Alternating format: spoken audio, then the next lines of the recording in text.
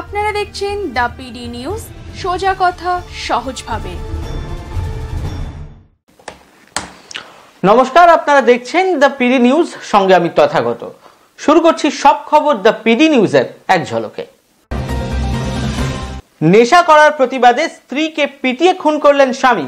ঘটনাটি ঘটে দক্ষিণ 24 পরগনার জীবনতলা থানার জলঘাটা গ্রামে। অভিযুক্ত স্বামী সাইফুদ্দিন সহ 3 জনকে গ্রেফতার করেছে পুলিশ।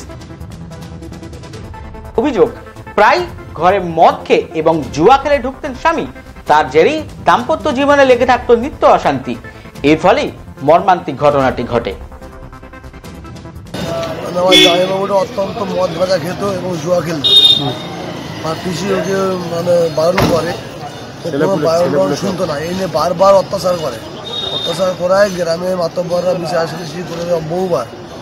করার পরে আমরা পিসিকে ছাড়তে চাই না, এরকম মারধর করে।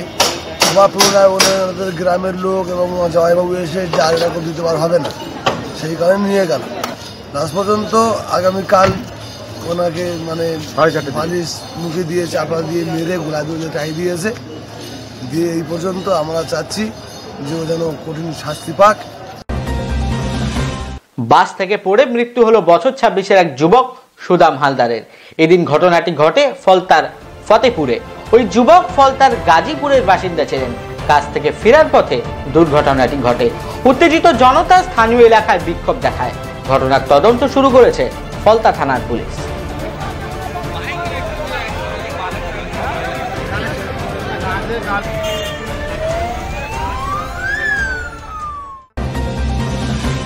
প্রশাসনকে উপেক্ষা করেই মালদার প্রাচীন নিদর্শন কেন্দ্র গৌড়ের সংরক্ষিত এলাকাগুলিতে রমরমিয়ে চলছে পিকনিক। ফলে ওই এলাকার মাটি খুঁড়ে রান্না করার কাজে ব্যাহত হচ্ছে সৌন্দর্যায়ন। স্থানীয় বাসিন্দাদের এমনটাই যুক্তি। বিষয়টিতে হস্তক্ষেপ করতে পুলিশ প্রশাসনের সাহায্য চাওয়া হয়েছে। ওখানে যে অবস্থা দেখছি তা তো খুব বিচ্ছিরি ব্যাপার। কারণ সব প্রচণ্ড নোংরাভাবে সব পিকনিক করছে। হ্যাঁ, আর হচ্ছে সব জায়গাতে একদম নোংরা করে রেখে দিয়ে তো চলে যাচ্ছে। এই গৌড় একটা ঐতিহাসিক জায়গা, এখানে তো পরিষ্কার পরিচ্ছন্ন রাখা আমাদের কর্তব্য।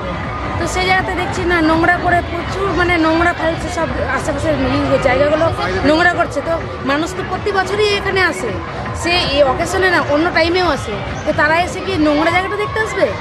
প্রচণ্ড পরিষ্কার যদি মানুষই না করে, আমরাই না করি, তাহলে পরে আর কে করবে? এখন নিয়ে নিচ্ছি ছোট্ট বিজ্ঞাপন বিরতি। ফিরে আসছি বিরতির পর। এই নিউজটি নিবেদন করছি ডিজিটাল গ্যালারি, সাধ্যের মধ্যে স্বাদ পূরণের সঠিক ঠিকানা। ফিরে এলাম বিজ্ঞাপন বিরতির পর। ঘুমের মধ্যে পুড়ে ঝলসে গেলেন একই পরিবারের 3 জন। এদের মধ্যে একজন 7 মাসের শিশুও রয়েছে। ঘটনাটি ঘটে দক্ষিণ 24 পরগনার সুন্দরবনের কোস্টাল থানার বড় মোল্লাখালীর সর্দার পাড়া এলাকায়। আহতদের ক্যানিং মহকুমা হাসপাতালে ভর্তি করা হয়েছে। যদিও আহতদের মধ্যে একজনের অবস্থা অত্যন্ত আশঙ্কাজনক।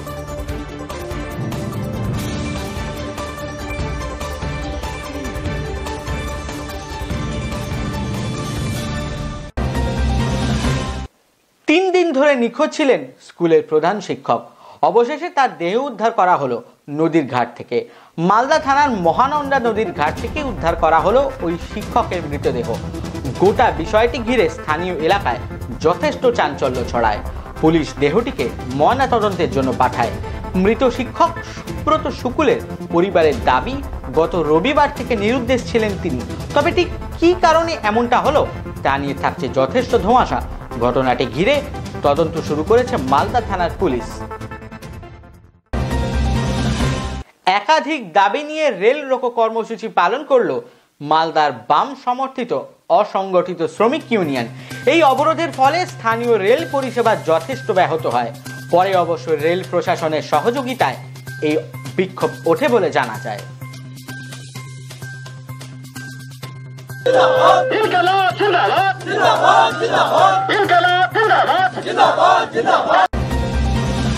এরকম আরো গুরুত্বপূর্ণ খবরের আপডেট পেতে অবশ্যই সাবস্ক্রাইব করুন আমাদের চ্যানেলটি। সাবস্ক্রাইব করার জন্য আপনাকে টাইপ করতে হবে দ্য পিডি নিউজ। ভালো থাকুন, সুস্থ থাকুন আর দেখতে থাকুন the PD news. Anam automobiles, এখানে সুজুকি স্কুটি ও বাইক পাওয়া যায়।